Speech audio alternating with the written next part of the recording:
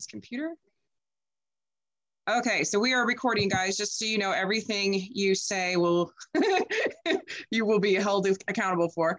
But I do have the PowerPoint slides for Achiever that I'm happy to share with you. Let me put my email address in the chat so you guys all have it. Maybe strengthologyleadership@gmail.com. If you ever want, recording or these PowerPoints, just email me and I'll get you hooked up with them, okay? So Susan, if you'll just email me and remind me, then I'll send you something afterward. Sound good? Yeah, thank you. I'm sending the email now. Okay, cool. Oh, Miss Achiever, I forgot. That's going out right now. Hi, Olivia. Thank you for joining today. Hello. Happy to be on here. Relating. Yes. Nice to see you. Okay. All right. Let's get going with everybody that we have on here. Yes. So today we are going to be talking about the relator. This one's going to be a little easier for me today because it's not at the bottom of my list like Woo was last week. This one's at the top of my list. It's the third strength that I personally have. You guys can everybody see the screen? Are we good? I just want to make sure before I keep going. Thumbs up. Yes. Okay, awesome. You can see that relator is found 27% of the time in people's top 5 strengths. So it's a lot. A third of the population basically has relator in their top 3 or top 5. Oh, sorry, I skipped ahead. There's too many distractions on these Zooms with the chat and the videos. Okay. So as we talked about the last couple of weeks, there are 4 leadership domains that the strengths typically fall into. We covered the purple the first week because we did Achiever, and so we talked a lot about execution. We then talked about Woo last week, which was all of that influencing abilities. And then this week, we're going to shift over to the blue and talk about a relationship building strength called relator. So when you have a relationship building strength, a lot of your mental capacity is spent on thinking about the relationships, your relationships, thinking about how relationships matter or how they work in your life or how they're working for their friends. Or maybe you're thinking about people or other people all the time. Like, these people are usually just have a really strong focus on people. Okay. And these are not people you have to ask to build relationships. You don't say, hey, I think you should really spend some time or work building relationships. They're already doing it. They naturally build relationships just to build them. They don't need any sort of incentive. They just really enjoy building relationships and spend a lot of energy there. So they're also the types of people that we go to when we want to talk about relationships or we have relationship problems or we have questions. They're our relationship experts. When we look at the work zones, the relator actually falls into the organization zone. So you can see there's 8 zones here that a lot of people have strengths across. Some people are natural directors, some are natural moderators or facilitators or collaborators, you can say. You've got your creative folk, you've got your innovative folk. Creators are creating eccentric things from scratch, where innovators are the ones taking something that already exists and turning it into a realistic solution. You've got your organizers, you've got your people managers, the ones that manage relationships up, down, sideways, and around. You've got your evaluators, the people are really good at quality assurance and accuracy. And then you've got the people who love to finish. So as you guys all know, your strengths fall into a couple different zones. And relator actually falls into the organization structure zone. What they do is they relate. They say, oh, you play tennis, so does so-and-so. They play tennis, so you guys should meet. Oh, I was looking at this thing yesterday over here, and it relates with this thing over here that I'm looking at today. Or let's say you're a database person. You might take a relational database and say, oh, this is this data, and this is this data, and this is how it all relates together. So just a very logical, which is very important, a very logical, organized relationship builder, okay? So here are the characteristics to a relator. They are usually seen as very passionate and genuine and sincere you may go, wow, that's a very honest person. They're very loyal, they're generous and caring. They love deep relationships. And what they really care about is getting to the nitty gritty, right? The uncomfortable stuff, the real stuff, the vulnerable stuff. So if you've ever engaged with a relator that, and you're not a relator, you might be like, wow, they're asking a lot of really tough or uncomfortable questions or vulnerable questions. That feels really uncomfortable to me. Where the relator is like, this is just normal for me. I'm used to talking about it all. Let's just get it all out on the table. And the benefit to that is that they do it without judgment. They just want to know you. They just care about you. They just want the best for you. So they're just wanting to learn, you know, what is it that drives you, that makes you tick? What do you care about? You know, let's talk about that stuff. That's the stuff worth talking about. So they end up being really strong mentors, and you know, they can become good managers if they're interested in leadership or management. They do not like overly formal work environments. They're a little bit more low key, and you know, like, you know, Ernie and I have talked about this. You know, we don't want to wear suits to work. We're tired of wearing uniforms and suits and things. We just want to be comfortable. We want to be presentable, but we want to be comfortable too. You know, so we end up rejecting those overly formal hierarchy type environments. Any questions about relators so far? I think someone put in the chat, they asked the question, relators connect the dots. So they're not connectors. There's another strength called connectedness that they kind of like take all the small bits and all the big bits and they put them all together and they're connecting all the dots like an economic type person. So a connector is more of an architect of dots, let's say. A relator is just relating something to something else. And I think that's probably what you meant by connecting the dots, is like, oh, you know, if this is going on over here and then this thing is going on over here and they are related, then your brain is going to put that relation together. Does that make sense? Yes, it does. Okay, cool. Okay, so Ernie, you have both of these, which means you're a very intense relator. When relator and belief are paired together in a person's top 5 strengths, it becomes even stronger. You become a stronger relator and a stronger believer. So relators care deeply about those closest to them. And when they also have belief, it means that they're very aligned with their friends' values. Believers are very family-oriented and believe in serving both their family members and their closest friends. So you just heighten your ability to relate and your beliefs because there's a lot of correlation between them. There's a lot of, you know, things that coincide between those two strengths. And likewise, when you have relator and responsibility together, they're heightened. Relators care deeply about those closest to them. And when they also have responsibilities as strength, they feel deeply responsible for those relationships and for maintaining these valued relationships over the course of time. Does that resonate with you, Ernie, since you have both? Yeah, that's 100% me.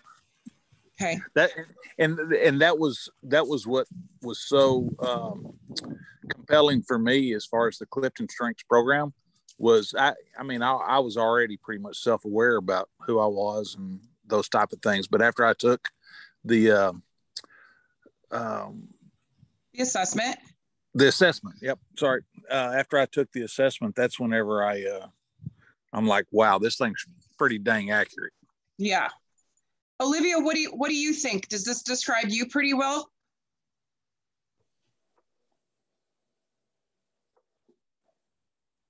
Olivia's being called on and she might have children running around the house. Sorry. Yeah, just put it in the chat. Yeah. Okay.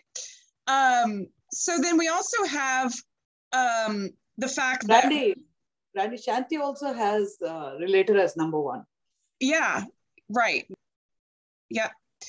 Okay, so then we also have relator and responsibility being paired together most of the time. So all the strengths that we have, these 34 strengths, they all have a most likely partner, and it's relator and responsibility. So 36% of the time that you have relator in your top 5 strengths, you can know that responsibility is probably looming nearby, somewhere nearby, maybe in a person's top 5 or top 10 strengths. What you hardly ever see is relator with woo. When you have a person that has relator and woo paired in their top 5 strengths together, it's extremely rare. It happens less than 3% of the time. Same with relator and command.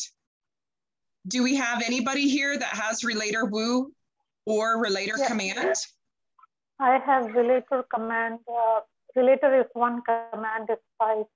Okay, so it's extremely rare. And what it means is that you command relationships and you relate with other commanders. Okay, and it's something that you want to really figure out how to leverage, right? Where do relationships need to be commanded in this world? Because there's not very many people that are going to be able to do that truly successfully like you are. Okay. Brandy? Yes. A relator and a woo don't normally get along. They can butt heads because relators are looking for that deep relationship. They want to spend time with you one-on-one, where a woo is like, let me go to a party, a big party, and let me just win everybody over in as fast as I can. Let me just take as many minutes as it takes to win you over. But as soon as I've won you over, I want to go to the next person and I want to do the same thing. And I want to woo and I want to woo and I want to woo.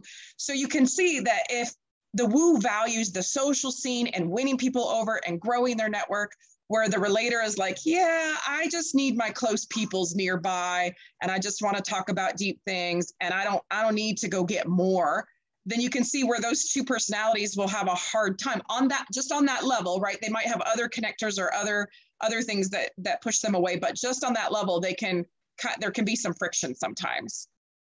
That's a great question. Yeah. Okay, so another interesting combination, and this is one that I personally have, is the relator plus achiever.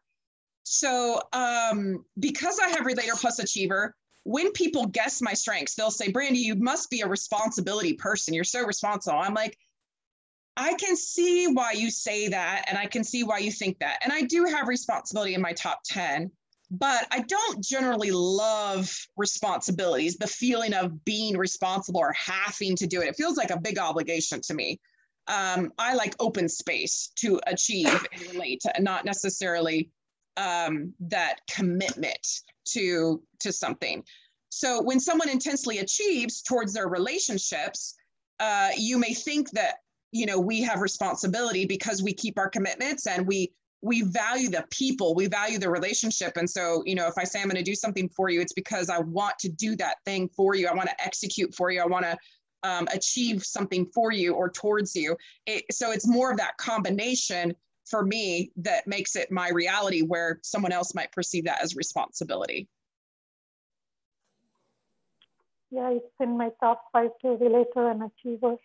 Yeah, so I'm sure that people think that you are very responsible, especially when it's your friends. They're going to be like, oh, you're very responsible towards me. Okay, so here is, this is the connectors. Okay, so relators tend to get along with other relators. Darn it, I missed one on here. I'm going to put another one on here really quick. Okay, so relators get along with other relators when they can relate. When they can relate. If they can't relate, they're like what is that called when you have two magnets that are not magnets? They're like the opposite and they push each other away. Because relators, if they can relate, they want to be close to you. And relators need to relate and they need to be close to you. And if they can't do that, then they have no interest in you whatsoever. And that's what makes them a little bit more exclusive, is that when they can't relate with you, They're like, I just don't get this. It doesn't make any sense to me. I don't see eye to eye with you. I can't relate. So I'm just going to go be friends with somebody else. Okay. And so that's bad enough as it is without the other person being a relator. But when you have two relators that can't relate at all, whew, they don't want anything to do with each other. But when they do relate, they want to be very close and they end up being very good friends.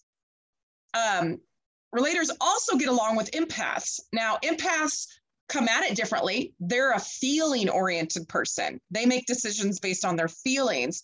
They feel something and they know that to be true. So relators are more logical. They are relating logically or organized in their brain, but they truly care. They deeply care about people. And that's where empaths and relators get along, is that they really, really care about people. They have a huge focus on people, but they come at it differently. Their approach is different. And then you have the individualization, which loves that one-on-one interaction. They love to get to know people as an individual, who they are, how they're different from everybody, but they really respect each individual person, and they love talking about psychology. And so relators love that too. They love to get deep. And so usually individualization and relators get along really well. And then connectedness is another one that relators get along with, not so much because of the relator side, but because of the connectedness side. The connectedness side really connects well with all walks of life and all different people. And they really, again, value people and relationships, which allows them to connect with the relators pretty good. So like Cindy brought up, we may reject as a relator a woo personality. And we've already, talked about why that is. And we've already talked about why a relator might, reject another relator. Any questions on the connector relator part for anybody, or thoughts? Anything you want to share? Okay. All right. So relators are not at their best when they're not getting one-on-time with close friends. When their time is monopolized by somebody they don't relate with. They really, really hate it when people don't open up to them. As we talked about last week, the woos really, really, really want to be liked. The relators really, really need you to open up to them. And if they can't get you to open up and be vulnerable with them, it's a real struggle for them to maintain the relationship with you. And some people, quite frankly, just aren't comfortable with that. So they're not necessarily going to be close. Okay. They get really irritated when people aren't sharing with them what's really important. They get irritated when they can't, someone doesn't show them what they care about. They're actually a physical touch person. There's a physical touch element to them where, you'll see them, they'll grab your arm or they'll hold your hand, or they'll give you a hug. They're the big huggers, the people that want to hug. And, of course, some people are not okay with that and some aren't. So if they aren't getting some physical attention, they really don't feel at their best. They need the hugs and the closeness. They really hate it when people are not kind or caring. They really don't appreciate it when there's a lack of passion. Like they're like, I'm passionate about things. And so they appreciate other people's passions as well, and they look for them. What else here? And they don't like disorganization, right? Being an organized person, they like organization. They don't need a lot of formalities and hierarchies. They just need open, real, authentic, conversation and environments. Okay. They're at their best when their passionate ways are well received. They're at their best when they're encouraged and allowed to be caring and kind, or generous, when those things are encouraged and welcomed and noticed and seen and acknowledged. They're great when people open up to them and talk to them and find it easy to talk to them. They love it when people share with them. They are great mentors, so they love to be in positions of mentorship with other people. That's something that's really important to them. They love it when they can relate easily with the people around them. So it's really important that these people put themselves in environments where they can relate to all the people around them, you know, for the majority. It's not a successful environment for them if they're with a group of people they just don't relate with. They love meeting with people one-on-one. So that's a really good situation for them. They're quality timers. So spending time, you know, with their closest people is when they're at their best, when they're out for a walk, for example. And they're really big on character. They value character over title and status as well. So they enjoy people that also think similar to them. Like, you know, the work is more important, for example, or the relationships are more important than what your title or your whatever title or status you've achieved. Okay, so obviously things they're gonna love to hear. You know, oh, you're so passionate, you're so caring and kind, you're so generous, you're so easy to talk to. I love sharing things with you. I really can relate with you. I love hanging out with you one-on-one. I'm really comfortable around you. You know, all those types of things. You have such organized thought.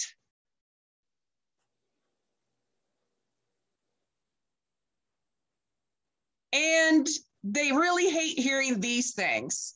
You're so selective. You're exclusive. You always leave people out. You know, you seem to get along with people. You don't seem to get along well with people that aren't like you. You're not very good in groups, are you? These are all things I've heard, by the way. Why do you stand at the back of the room at events and functions? What makes you clingy to one person all night? You're too open. You share too much. What else have I heard? Oh, I don't respect authority, status, or title. I've heard that one too.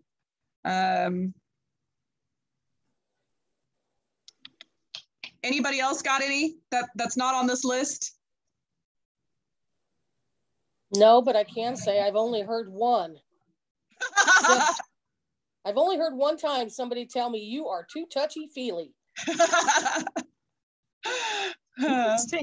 Interestingly, that's the one, Brady, out of everything you said about relators, that's the one I could not relate with, the physical touch one. Like I'll hug my closest friends, especially after being isolated, but I'm not touchy-feely. Everything else I can relate with.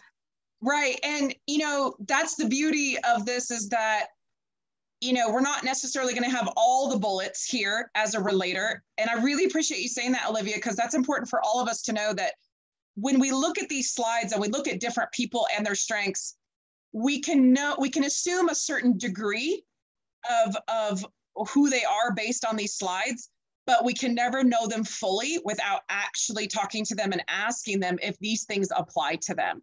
So just like Olivia said, she's like, look, most of these things are true. However, that thing is not true at all for me. Hey, Brandy, this is Ernie. Olivia, I wonder if, and I think I'm kind of the same way with you, especially if I don't know you or it is a work environment where touchy-feely is sometimes less accepted than in personal relationships, like at family reunions or whatever. But to me, it seems like if you're like me, you're going to be touchy-feely, giving hugs to people that you've already made that connection to. And those people that you haven't made that relationship or that connection to, you're going to be a little standoffish as far as the touchy-feely goes until you have that. And then it's all about hugs. That's true. Yeah. That's true. They have to open up to me first. Like, you know, just because you see me on the train and you like my shoes, I don't want to touch you or hug you. But yes, if we already made the connection, you're absolutely right about the context and it depends on if it's at work, in a formal setting, and what connection we have. And you guys are exactly right. If a relator doesn't relate or doesn't know you or doesn't have that bond, they don't want physical touch at all. They'll reject it completely. It's when you have the relationship with somebody and you've made the connection, that's when you have a desire or feel like you want to hug them. But the thing to note is that you may feel that way about somebody, but you always have to make sure they feel that way as well, because some people, even though they might feel really close to you and they might feel connected with you, they still might not want to hug, even when you've finally broken down that barrier. Okay. Brandy, if I remember correctly, the first time we met and we went over my my assessment, Yes. We just shook hands. But by the end of the lunch, whenever we separated, we hugged. Well, see, I also knew you were a relator, and I knew I was a relator, and I was like, this guy's getting a hug. You know? So, I mean, part of it is that knowledge too. And that's the beauty of it. Like, relators typically enjoy being hugged. And so when you meet them and you've made the connection, you know you can go in for a hug. Now, this doesn't apply just to relators. I know that when I met Money for the first time in real life person, the first thing she said to me was, I want a hug. And, you know, so it's not like anybody who's not a relator doesn't like hugs, but it's just physical touch for whatever reason is important to relators, especially with the people that they're closest with. So we say most of South is relators because hugging is something that's so culturally acceptable in South, right? In South of US. So I had one question also. I just wanted to make that funny comment. Haha. But yeah, the comment I had was, I mean, you make a good point, Money. Like, there's a lot of culture differences too, right? And we're very multicultural on this call today. It just depends where you were raised, how you were brought up. Different cultures have different, you know, acceptance levels around physical touch. Yeah. Norms too, right? So yeah. The other thing I wanted to say was, I'm in Texas, Olivia. That's why I made the comment about South. What I wanted to say was, you know, Cindy or somebody was saying that, hey, you know, she only heard it once, then say, hey, you're too touchy-feely. Yeah. Right. So, you know, can we guess who might have been, I mean, would it have been a Wu or somebody else who would have said that as one question for us to kind of get into the psyche of people who may make certain comments or their personality type. The second question is also the relator with combinations and where it falls in the 1 to 5. Does it also make a difference? Those are my two questions. Yes. Yeah. You basically asked the question that answers the question, because if relator is your number 1, you might feel more close to all these bullet points. If relator is number 2, you feel close to it, but maybe a few are off. If it's number 3, yeah, most apply, but maybe there's a few, you know, half of them that don't. You know, 4, you're going, yeah, to some degree. 5, you're going a little bit. And then 6 and 7, you know, you start going down the line and it just gets less and less and less and less bullets apply. By the time this is your 33rd or 34th strength, you do not think this way. You don't act this way. Your brain isn't relating things. It's not organized that way. So it's all about where it's positioned in your strengths. And does that make sense? Does that answer the question, Money? Yeah, and I think you need to know the person pretty deeply before you can start guessing their strengths, and you need to know strengths pretty well, but true. If they are on the opposite side of the spectrum, they may say, hey, don't be so touchy-feely, right? So yeah, and I mean that one is just that could come from a lot of different things too. It could just be like, this is my space, I don't want you touching me.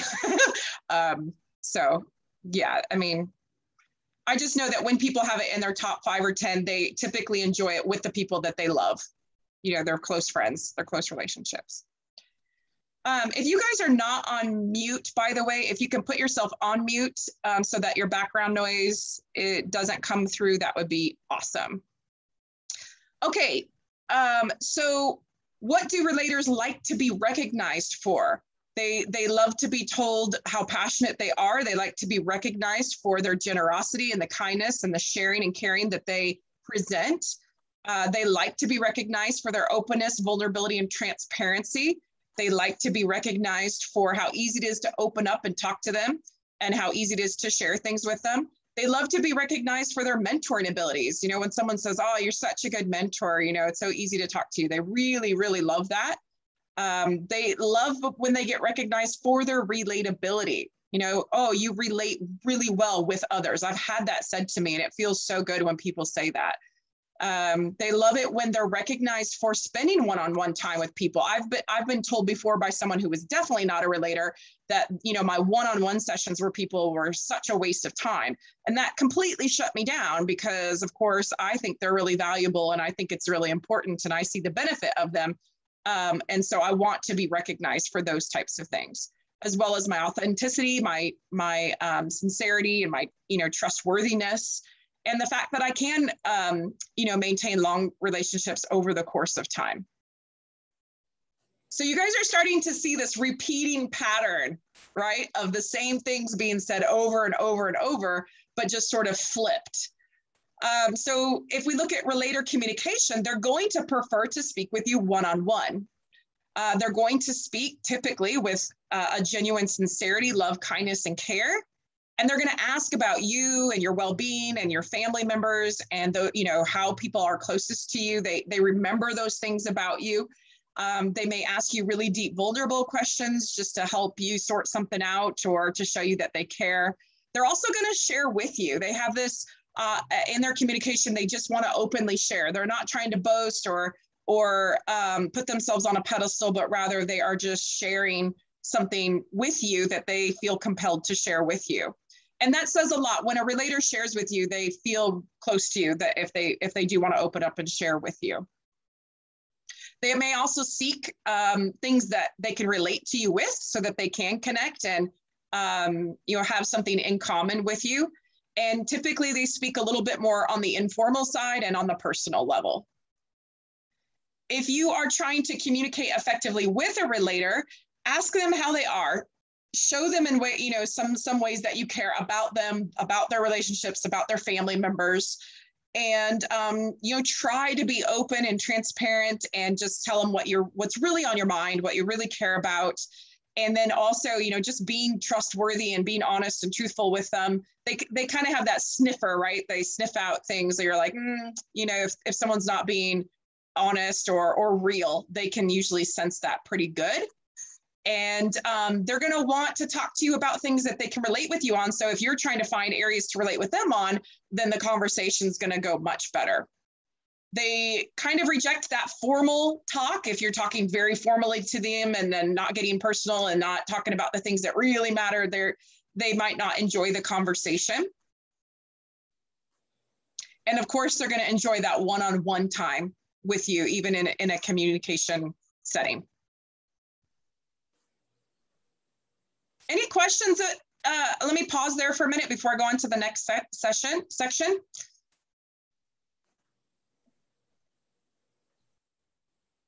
Keep going? Okay. So how to relate, sell, and influence. So if you are a relator, which many of you are, you guys don't have natural influence unless you have another strength that gives you that natural influence. So in order to have influence, you must first establish a great relationship with the person that you're trying to, you know, sell or influence. And then as you build that relationship, you know, you're going to be approaching them and asking them for the one-on-one meetings. You're going to be asking them, you know, how they're doing, how their families or members are doing, showing them that you genuinely care. It's a slower way to sell because sometimes we even stop, right? If we're looking into, you know, ask someone to do something for us or ask someone to, you know, get something done for us, and we find out they have a personal matter going on, we go, oh, we can't even do it. We can't even ask for, you know, we just need to let them get through that, show them that we care, we truly care, let them get through it, and then we'll go back and ask, you know, for their help later. And of course, you know, as a relator, always being sincere and honest and truthful and authentic with yourself and with others is going to go over really well with other people. People are going to accept that from you. It's going to feel good to them.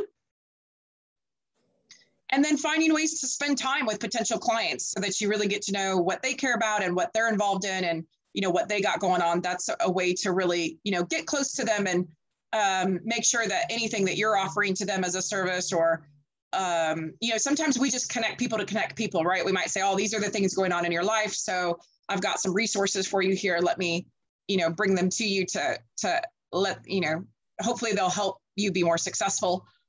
And then let them know that they can ask anything from you. You're going to be open and happy to share. So always present that and allow them to know that they can come to you for any questions that they might have. And then, of course, just checking in with them and continuing the relationship over time is huge for relators. Now, if you're not a relator, but you'd like to really help someone and get them to do something that they're not doing for themselves in that moment, you're going to have to take some time to get to know them and ask about them and their family members and friends. You're going to have to spend some time with them because they need to see that you want to build that connection and have that long-term close relationship. And then, the product or service or advice that you're offering them, it has to show them how it's going to help them relate to others better, or how it's going to enable better organization skills. Because again, they're organized, so they really enjoy products and services that help them be more organized. And you have to use the word share. That's one of the relator words you're going to see today, but using that word share, I want to share something with you. It will influence them more than if you don't use that word. Okay. And they want to see how passionate you are. That's how they're going to believe that whatever it is you're offering or trying to influence them on is important, is through your passion.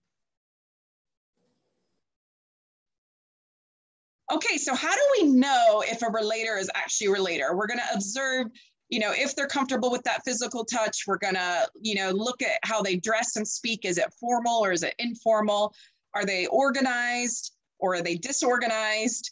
Or do they prefer meeting one-on-one or in large groups? These are just a couple of things that you can observe. You could also just straight up ask them, do you prefer crowds or spending time with people one-on-one? And sometimes they're going to say both, right? You're not going to be able to decipher if they say, oh, I love both. Well, then maybe they have woo and relator. We may ask them if they have lots of friends or just a few close friends. We may ask them about their organization habits. The words that they're going to use that you're going to hear are relate, share, close, vulnerable, organized, passion, love, care, openness, transparency, trust, one-on-one, quality time, authenticity, informality, sincere. These are the types of words they use in their vocabulary.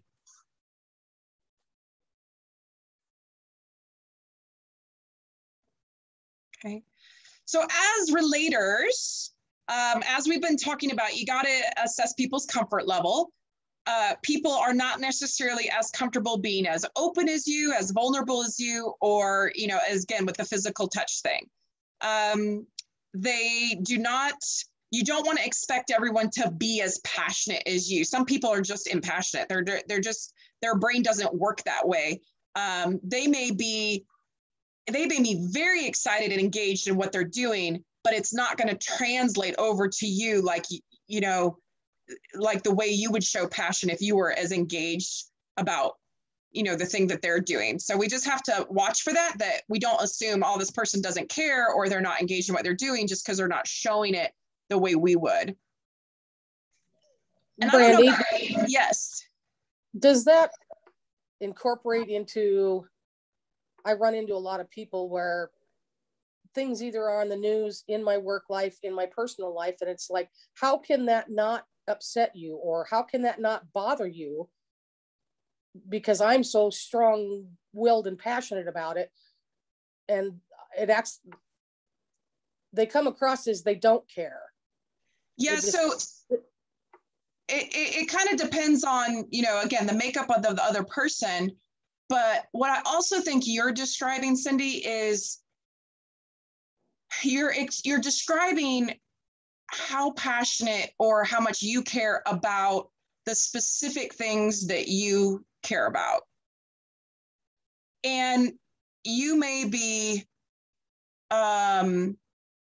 wanting people to show it because maybe you think it should be more extroverted, or maybe you're wanting people to speak up about it because maybe you're a strong communicator, or it depends how you see passion and how you see care and how you see, it depends on your perception of that, of how you're seeing it in others. So let me give you guys another completely different example so you can really grasp on what I'm trying to say. I had a friend who told me one time, she said, people think I'm selfish. She said, because I don't give my money. That's not the way I show that I care. I don't like giving my money. It's just not my method. So people think I'm selfish, and they've called me selfish because of that. She goes, however, I give all my time away. I would give all my time, all the time in the world for people. I would go out and, move mountains for these people and execute towards them and give so much of my time. So how can I be selfish if I give so much of this other thing over here? I just don't give this other thing over here.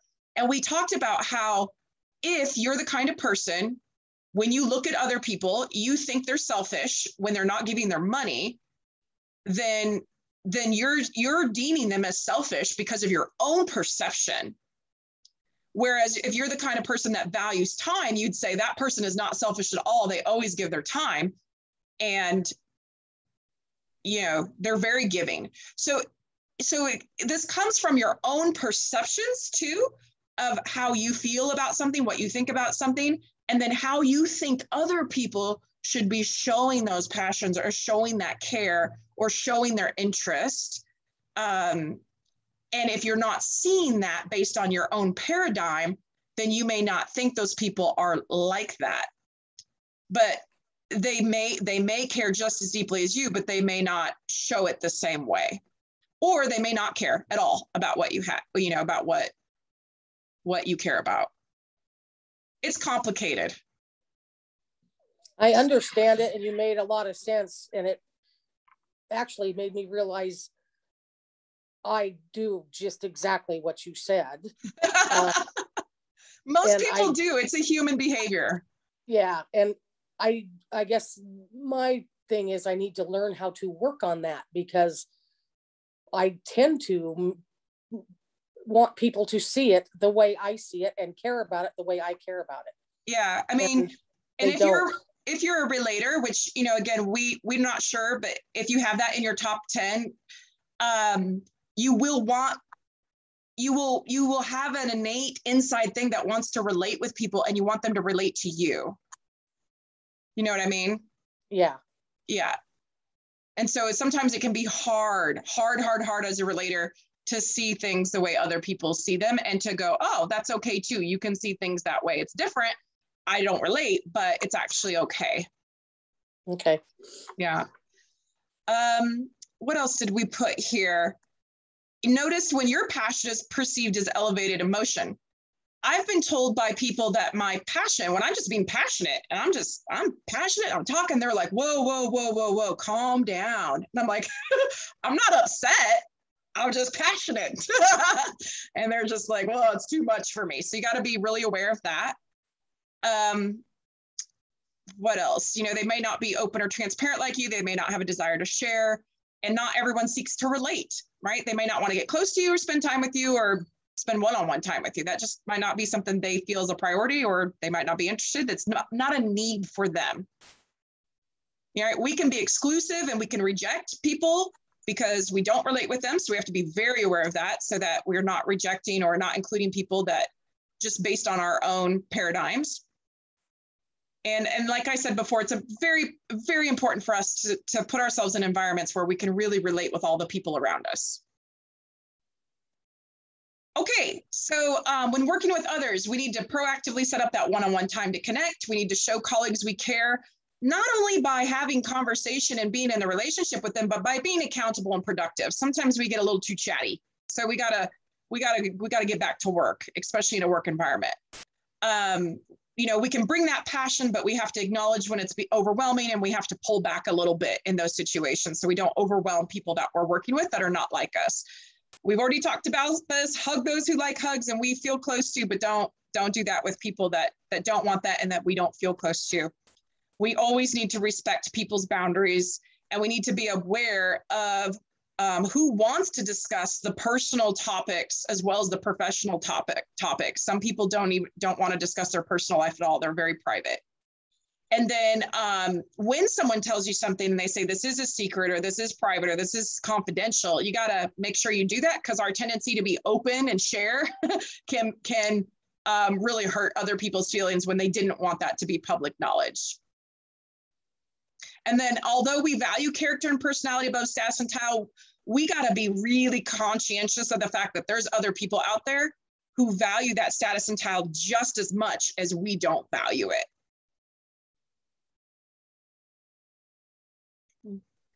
And if you're wanting to collaborate well with a relator, obviously you need to do the one-on-one time, make sure they know that you care about them. Be prepared and organized when you're working with them. They're going to appreciate that. You know, bring some passion if you can to the conversation. Obviously be open, authentic, transparent, and sincere. And trust that the relator cares about you as a person and has your best interest at heart. I know that can be really vulnerable for people because they've been burned before, but typically relators honestly do, you know, really, really care about you.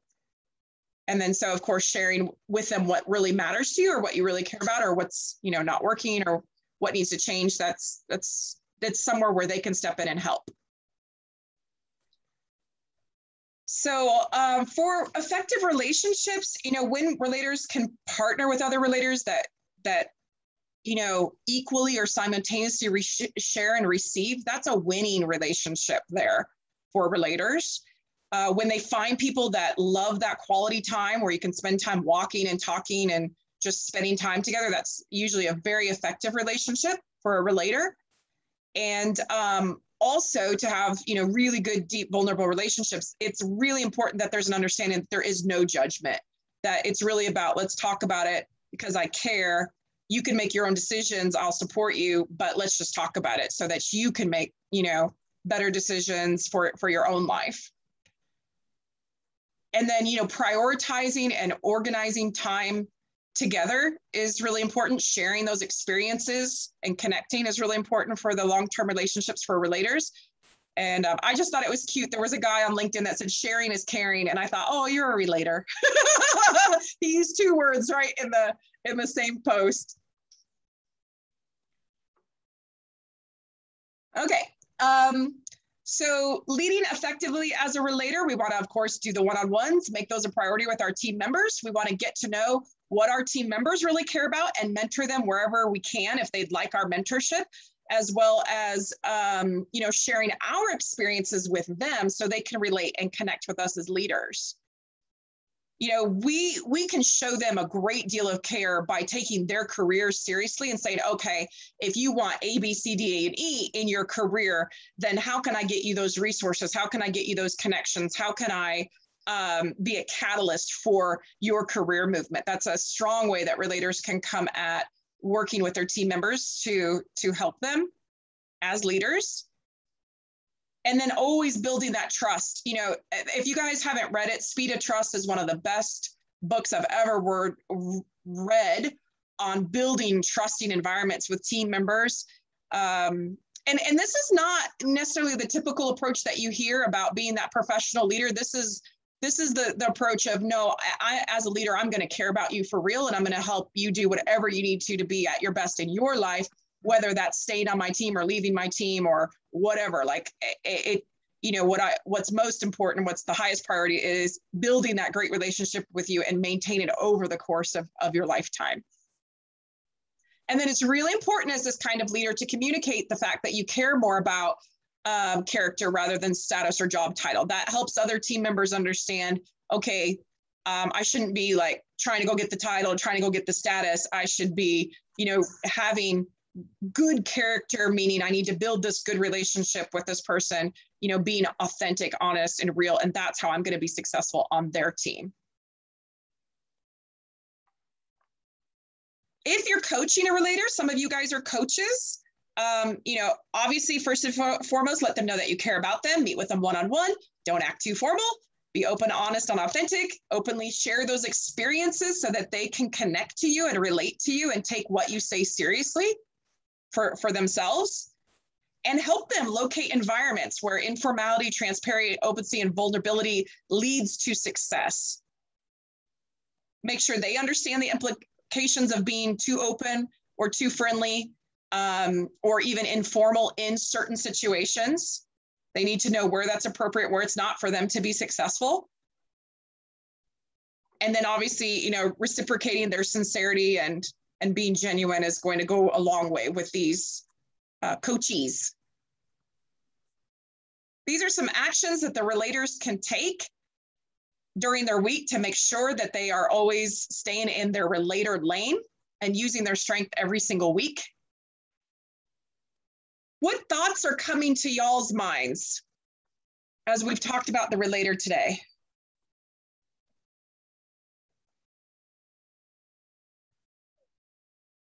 I have a little work to do on myself.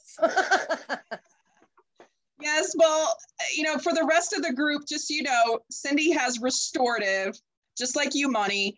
And so, of course, you know, she's always looking for ways to improve every time, you know, she learns something new. Right, Cindy?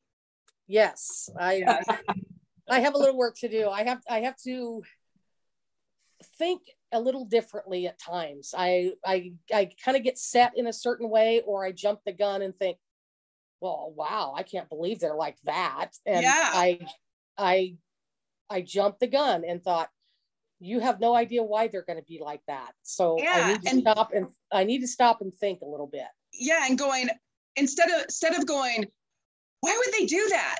You know, you turn it to, well, why would they do that? I mean, if you assume the best intention, you go, their intentions must be good. They must have a different perspective. Then let me get more curious about it. What would make them say that? What would make them do that? What does drive them? And you get more curious about people, and then you get to open up that whole can of learning about people and learning how different they are and going, oh, this is really important to you. This is how you see it. This is how your brain is working. That's very interesting. Yeah. And just by you saying that in that context, I know what's standing in my way. Uh-huh. And you know as well. Yeah. My temper gets the best of me first before I stop and think, okay, wait a minute. Maybe it's because, you know.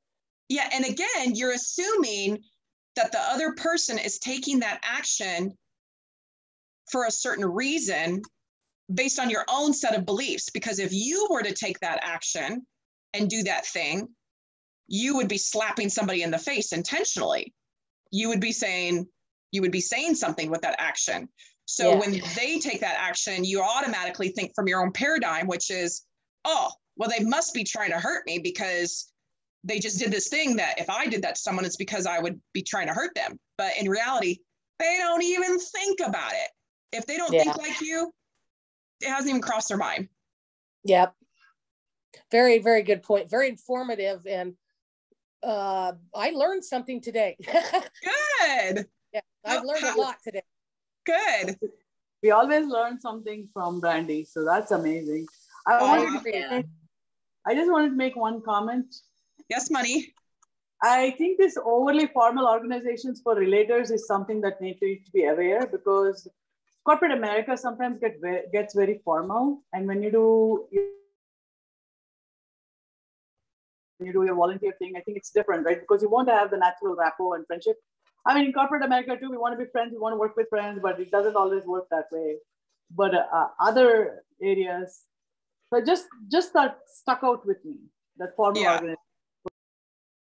Yeah, and that's why, I mean, sometimes you'll see relators do things like, they might run like a business, but it might be more a smaller business. It might be something more friendly, you know, like a plumbing business or something like, because they can't stand the formalities of corporate.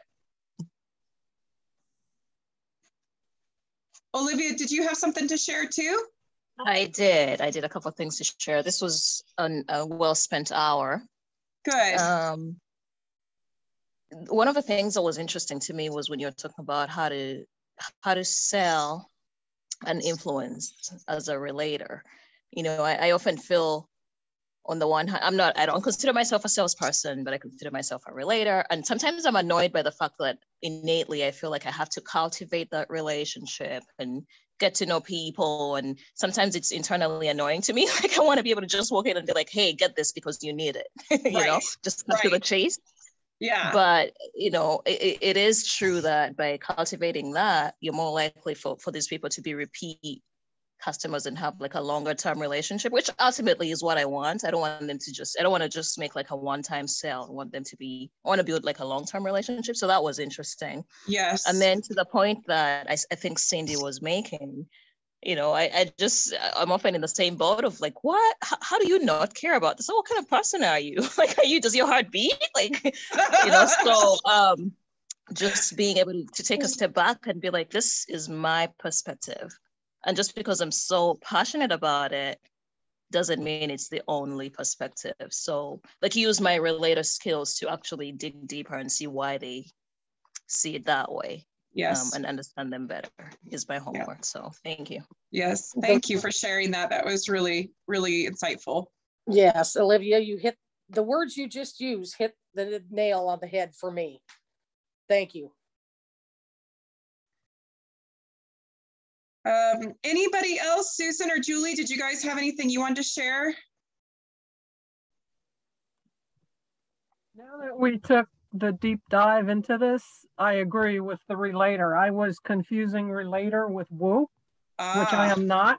Yes. And it showed up number 33 for a reason. Yes. On my list. So I was conflating those. So when you peeled off the relator, yeah, it made a lot more sense. Yep. Yep. That's what I thought you were going to see, was that as we dove into it, you're going to be like, oh, because for whatever reason, relator, we don't know what that word means, right? What does relator mean? So once we dive into the actual definition that Gallup defined for it, it just makes a lot more sense. You guys have all signed up, I think, on the Strengthology Insights website where you can get lots of insights. Thank you for doing that. And you've got a YouTube channel that you can go to if you'd like to get some extra insights on Relator. They have all the strengths out there. So if you do want some more information, you can, go watch some of the YouTube videos or buy one of the Gallup books. They have tons of books. In fact, Olivia, they have one on strengths-based selling. So they have a whole chapter in there of how to sell as a relator. Oh, awesome. Yeah. That's it though, guys. That's all I have for you today. Any questions before I let you go? This was very helpful. Thank you. You're very welcome. Thank you for coming. I really appreciate it. I think we're going to do strategic next week. Does that all sound good to you girls? Oh, awesome. That's one of my strengths. Yep. That's my number 4. Okay. Yeah. Yeah, I know, Olivia, you have it too in your top 5, yes? I do. I do. All right, let's do strategic next week. Same time, same place. Then we should all have lunch. And hug. Group hug. Cool cat, Susan. My relator is in the middle. It's 15 Brandy, so that's why I think I'm not totally on the opposite spectrum, I think. Yeah. But yeah. It's complicated. Yeah. Cool cat, Susan. Thank you. It's wearing Chanel. After today's episode, I will be going immediately to get the rest of my strengths. Yes. I know I have my top 5, but now I'm enthralled in I wonder if. Yeah. I know, because it sounds like you do have it in your top 10. I'm when we're done here, that's what I'm doing. Okay. For today. Well, you'll have to share it with me this afternoon. I have time. I will. Okay. All right, I'll let you all get back to your day. Thank you so much for joining, and we will see you next week. Thank you. Thank you. Bye. Thank you.